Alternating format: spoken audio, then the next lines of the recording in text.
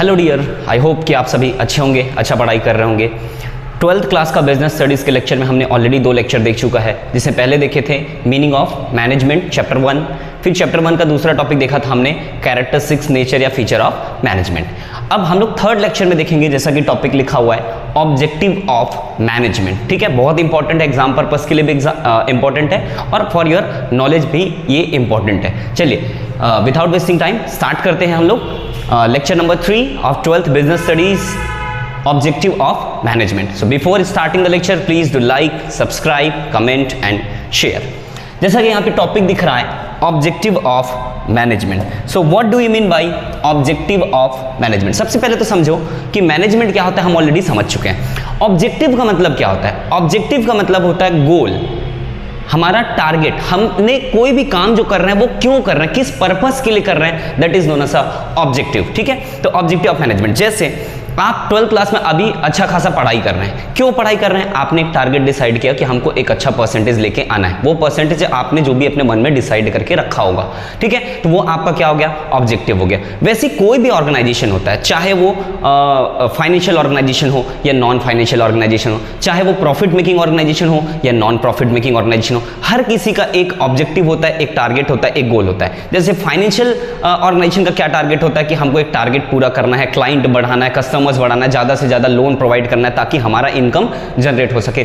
वैसे ही अगर एक मैन्युफैक्चरिंग कंपनी की बात करें तो उनका टारगेट क्या होता है कि हम ज्यादा से ज्यादा मैन्युफैक्चर करें, ज्यादा से ज्यादा सेल्स करें, है ना, प्रोडक्ट को कंज्यूमर तक हम लोग पहुंचाएं और वो भी अच्छे क्वालिटी में पहुंचाएं। तो इस तरह का क्या होता है? ऑब्जेक्टिव होता है। तो कोई भी एक मैनेजर होता है, वो पहले डिसाइड करता है फॉर्म में कि किसी भी कंपनी का ऑब्जेक्टिव क्या होना चाहिए। एक एक करके देखेंगे, नोट्स ऑलरेडी यहाँ पे दिया हुआ है, आप पॉज करके लिखते रहेंगे, नोट्स बनाना बहुत जरूरी है। ठीक है, चलिए स्टार्ट करते हैं। So what are the objective of management? देखिए, they must be driven from the basic purpose of the business. कोई भी ऑर्गेनाइजेशन, कोई भी मैनेजर जो होता है, जो ऑब्जेक्टिव सेट करता है वो ऑर्गेनाइजेशन के हिसाब से सेट करता है। ऑर्गेनाइजेशन का पर्पस क्या है? पर्पस बहुत इंपॉर्टेंट है, उसके हिसाब से आप टारगेट सेट करेंगे। जैसे आप अभी एक स्टूडेंट है और आप ये डिसाइड करते हैं मेरा ऑब्जेक्टिव होना चाहिए पैसा कमाना है, तो अभी स्टूडेंट लाइफ में आप पैसे कमाने का ऑब्जेक्टिव नहीं रखेंगे, ये बाद में रखेंगे। अभी हमारा ऑब्जेक्टिव होना चाहिए कि हम अच्छा परसेंटेज लेके आए, अच्छा नॉलेज गेन करें, सोसाइटी में हमारा व्यक्तित्व, हमारा पर्सनालिटी क्या हो,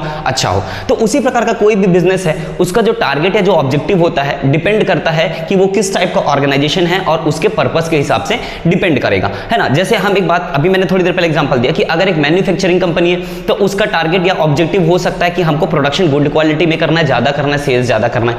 हो सकता है एक फाइनेंशियल ऑर्गेनाइजेशन हो, उसका टारगेट हो सकता है कि हमको नंबर ऑफ क्लाइंट्स को बढ़ाना है और ज्यादा से ज्यादा उनको क्या करना है, लोन प्रोवाइड करना है या फिर टारगेट को कंप्लीट करना, ताकि हमारा जो ऑर्गेनाइजेशन है वो प्रॉफिट मेकिंग फर्म बन पाए। ठीक है, तो पहला पॉइंट समझ में आ गया कि कोई भी जो ऑब्जेक्टिव होता है must be driven from basic purpose. उनका पर्पस क्या है, उसके हिसाब से हम क्या करेंगे, ऑब्जेक्टिव डिसाइड करेंगे।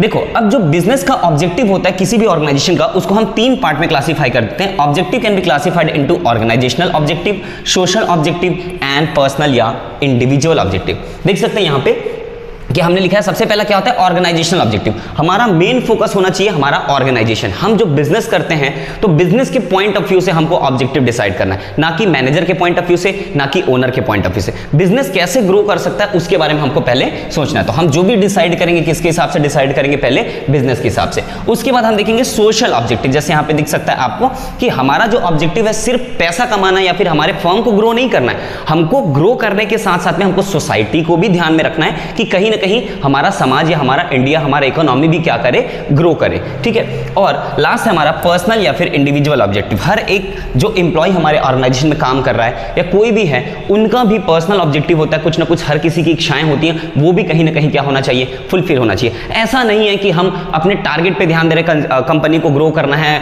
प्रॉफिट कमाना है, और उसके चक्कर में हम हमारे सारे एम्प्लॉय को क्या कर रहे हैं, हराश कर रहे हैं या उनके पर्सनल ऑब्जेक्टिव को ध्यान नहीं दे रहे हैं। ऐसा नहीं होना चाहिए। तो फर्म या कोई भी मैनेजर जो ऑब्जेक्टिव डिसाइड करता है वो 3 एस्पेक्ट्स को ध्यान में रख के ऑब्जेक्टिव डिसाइड करता है। पहला कि हमारा फर्म का गोल क्या होना चाहिए, मेन ऑब्जेक्टिव फर्म होता है, उसके साथ साथ हमको सोसाइटी को भी ध्यान देना है और हमारे एम्प्लॉय जो काम कर रहे हैं उनको भी ध्यान देना है। एक एक करके तीनों को देखते हैं आगे। चलिए,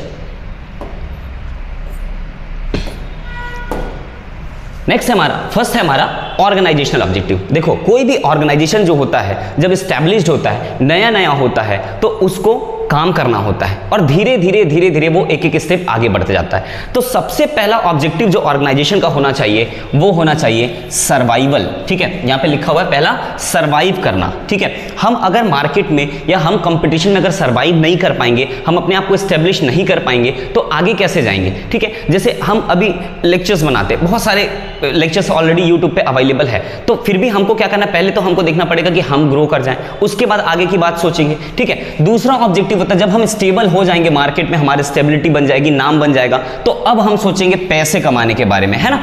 जैसे होता है, ये देखो बेसिक नीड क्या होता है हमारा, किसी भी इंसान का, किसी भी ऑर्गेनाइजेशन का, रोटी कपड़ा मकान। तो पहला हमारा क्या था, सर्वाइवल। जैसे इस इमेज से देख सकते हैं कि इतने सारे कॉम्पिटिटर्स हैं और उसके बीच में हमको क्या करना है, एडजस्ट करना है, स्टेबल होना है। ठीक है, तो बहुत सारे कॉम्पिटिटर तो यहीं पे आउट हो जाते हैं, लेकिन हमको क्या करना है, पहले अपने फॉर्म को स्टेबल करना है एंड देन हम सोचेंगे कि पैसा कमाए। जैसे मोटा भाई देखो पैसा लेके नाच रहा है, तो कोई भी ऑर्गेनाइजेशन सोचेगा कि अब हम स्टेबल हो गए तो हमको क्या करना चाहिए, पैसा, है ना।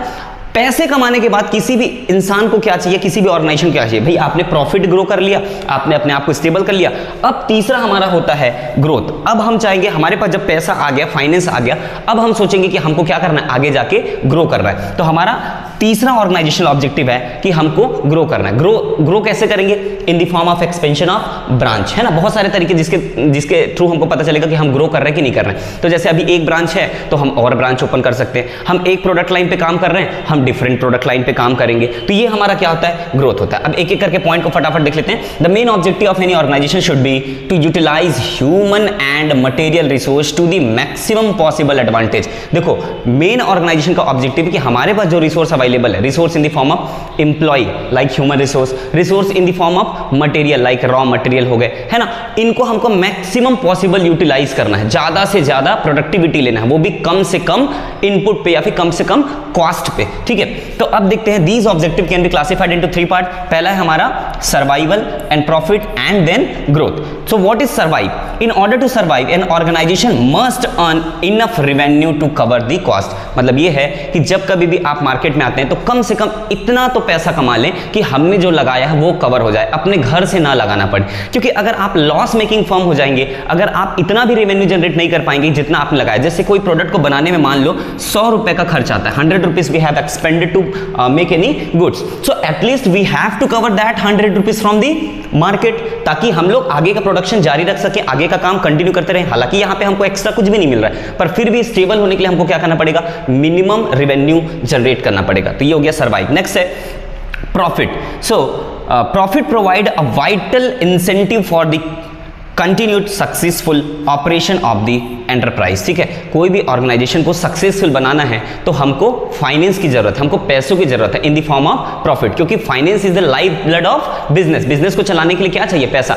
अब आप बोलेंगे कि मेरा रेवेन्यू जनरेट हो जाए, भाई मैंने 100 रुपए लगाया, 100 रुपए कमाया, 100 रुपए लगाया, 100 रुपए आ गया। लेकिन आप ये सोचो कि कब तक ऐसा चलेगा कि आप लगाते जाओ और आपको उतना ही पैसा मिले जितना आपने लगाया है। अपने लिए भी तो कुछ होना चाहिए। तो सेकंड हमारा ऑब्जेक्टिव है कि अब धीरे धीरे हम क्या करें, प्रॉफिट को, रेवेन्यू के साथ साथ प्रॉफिट को जनरेट करना स्टार्ट करें, ताकि हम बिजनेस में उस पैसे को लगा के और कुछ भी काम कर सकते हैं। और लास्ट आता है growth. So growth of business can be measured in term of sales volume. देखो ग्रोथ किसी भी फर्म का कैसे होगा वो हमको कैसे पता चलेगा। पहला, अगर आपका सेल वॉल्यूम बढ़ गया तो आप समझ जाइए आपका फर्म क्या कर रहा है, ग्रो कर रहा है। जैसे मैं यहाँ पे लेक्चर्स बना रहा हूँ, अभी हमारे व्यूवर्स बहुत कम है, लेकिन जैसे जैसे व्यूवर्स बढ़ते जाएंगे हम क्या समझ जाएंगे कि हमारा ग्रोथ हो रहा है। Increase in the number of employ, अगर हमारे इंप्लॉय के संख्या में अगर बढ़ोतरी होता है, जैसे अगर आपके अंडर में अभी 5 इंप्लॉय कर रहे हैं, 6, 7, 8, 10, 15, धीरे धीरे जब इंप्लॉयज के नंबर बढ़ेंगे तो आप समझ जाइए आपका ऑर्गेनाइजेशन ग्रो कर रहा है। क्योंकि इंप्लॉय कब बढ़ेगा, जब जरूरत पड़ेगी। जरूरत कब पड़ेगा, जब आपका फर्म ग्रो करेगा।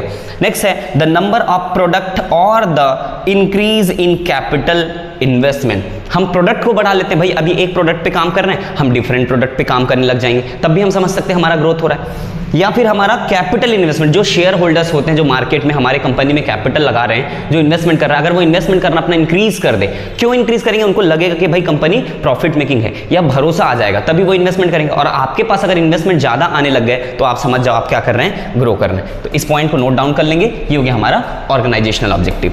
नेक्स्ट है हमारा सोशल ऑब्जेक्टिव। सोशल ऑब्जेक्टिव मतलब ये है कि हमको अपने साथ साथ सोसाइटी को, समाज को भी लेके चलना है।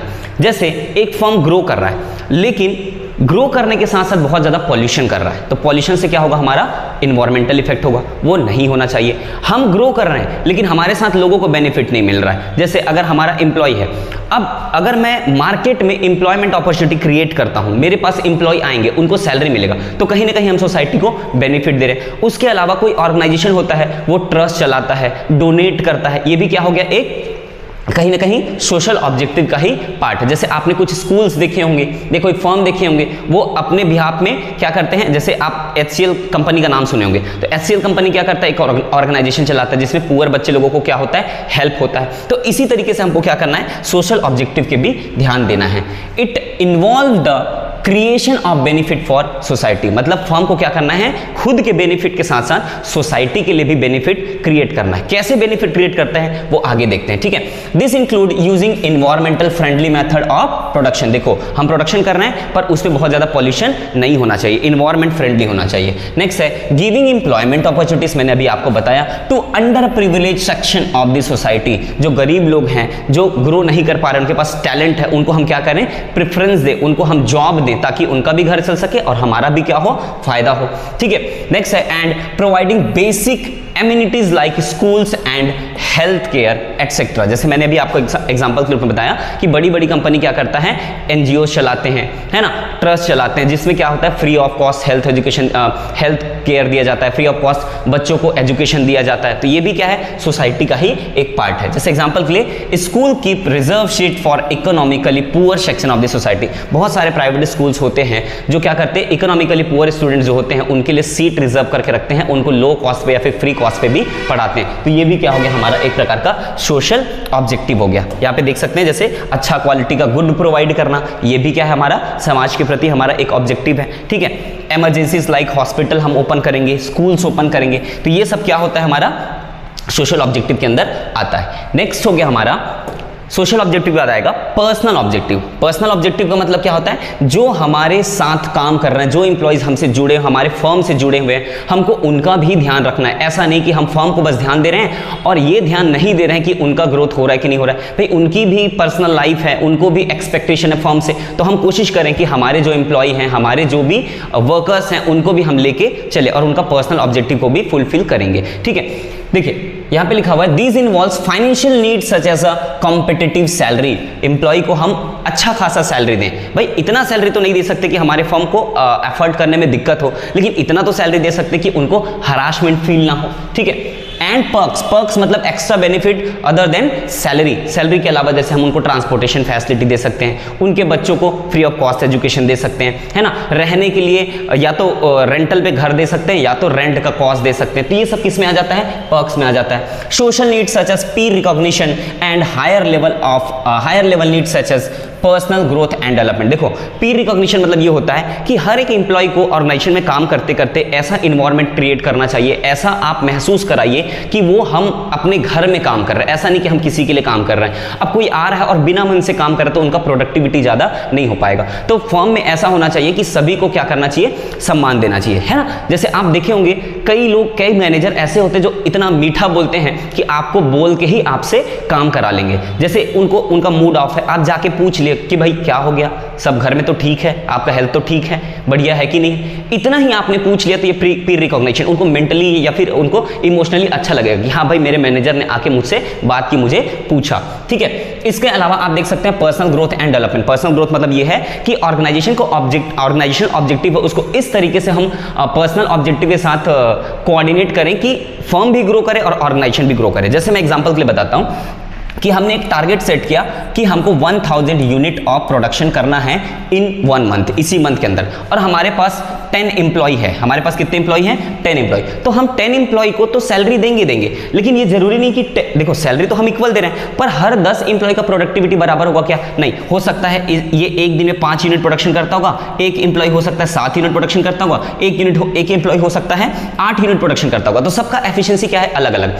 तो मैं क्या करता हूं, उनके एफिशिएंसी को इनहेंस करने के लिए, देखो कई लोगों के पास एफिशिएंसी होता है पर वो करना नहीं चाहते हैं क्योंकि अलाल टाइप के आदमी होते हैं, ठीक है। तो अब हम क्या कहते हैं कि आपको जो सैलरी मिलेगा वो तो मिलेगा, पर यूनिट प्रोडक्शन के हिसाब से भी आपको क्या मिलेगा, एक्स्ट्रा इंटेंसिव भी मिलेगा। जैसे अगर आप 1 यूनिट बनाते तो 1 रुपए 10 रुपए ऐसा कुछ जो भी हम कह सकते हैं in the form of money और in the form of non monetary transaction, तो हम उनको क्या कर देते हैं, एक्स्ट्रा बेनिफिट प्रोवाइड करने की कोशिश करते हैं। इससे क्या होगा, उनका पर्सनल ऑब्जेक्टिव भी फुलफिल होगा और हमारा ऑर्गेनाइजेशन का ऑब्जेक्टिव भी फुलफिल होगा। ठीक है, चलिए next point, management has to reconcile personal goal with organisational objective for harmony in the organisation. मतलब ये हो गया कि हमको एक ऐसा ऑब्जेक्टिव सेट करना है कि अभी मैंने एग्जांपल बताया जैसे कि हमारा ऑर्गेनाइजेशन का ऑब्जेक्टिव और पर्सनल जो एम्प्लॉय है उन दोनों का ऑब्जेक्टिव को हम ऐसे हार्मोनाइज करें, ऐसे कनेक्ट करके रखें कि काम करने में भी लोगों को मजा आए और करते करते करते करते उनको भी अच्छा लगे, उनका भी ऑर्गेनाइजेशन, उनका भी ऑब्जेक्टिव क्या हो, फुलफिल हो जाए और हमारा ऑर्गेनाइजेशन का भी ऑब्जेक्टिव क्या हो जाए, फुलफिल हो जाए। तो इसी तरीके से देख सकते हैं जैसे हम एम्प्लॉय को क्या करते हैं, इनको ट्रेनिंग देते हैं, ट्रेनिंग के बाद कोचिंग हो गया है ना, क्रॉस डिपार्टमेंटल ट्रेनिंग देंगे इनको इनकी स्किल को क्या करेंगे हम लोग, डेवलपमेंट करेंगे और अल्टीमेटली हमारा क्या हो जाएगा, पर्सनल एम्प्लॉयमेंट को जो एम्प्लॉयमेंट है उनका पर्सनल ग्रोथ हो जाएगा। तो इस तरीके से हमने देखा कि कोई भी मैनेजमेंट का या मैनेजर का ऑब्जेक्टिव क्या होता है। नोट्स आप लोग प्रॉपर्ली बना लेंगे। आई होप कि आपको लेक्चर समझ में आया होगा। So for today thank you so much. Next lecture में हम लोग कंटिन्यू करेंगे part 4 of this chapter. Thank you so much. Please do like, subscribe and comment.